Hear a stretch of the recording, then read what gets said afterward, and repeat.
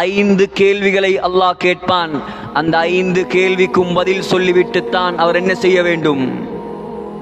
ஒரு அடி முன்னால் எடுத்து வைக்க வேண்டும். முதலாவது அல்லாஹ் கேட்பான், வாழ்க்கையை பற்றி கேட்பான்.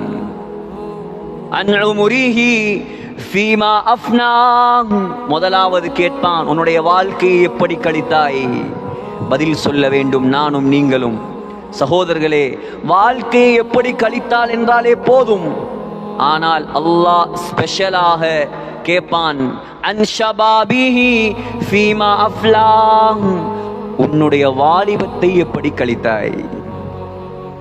உலமாக்கள் சொல்கிறார்கள், பெரும்பான்மையான உலமாக்கள், வாலிபம் என்பது ஒரு மனிதன் பருவ வயதை அடைந்ததிலிருந்து 40 வயதை அடையும் வரை உள்ள பருவம்.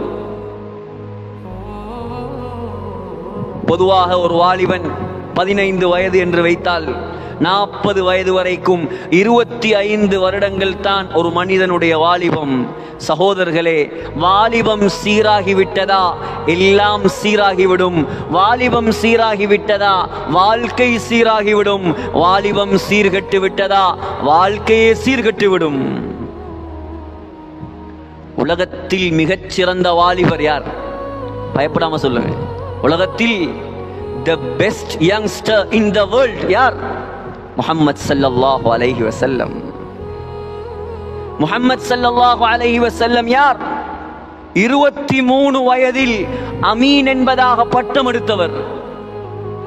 23 வயதில் அமீன், நம்பிக்கையின் நட்சத்திரம் என்பதாக மக்கா வாசிகளால் சீல் குத்தப்பட்டவர் முஹம்மது ஸல்லல்லாஹு அலைஹி வஸல்லம்.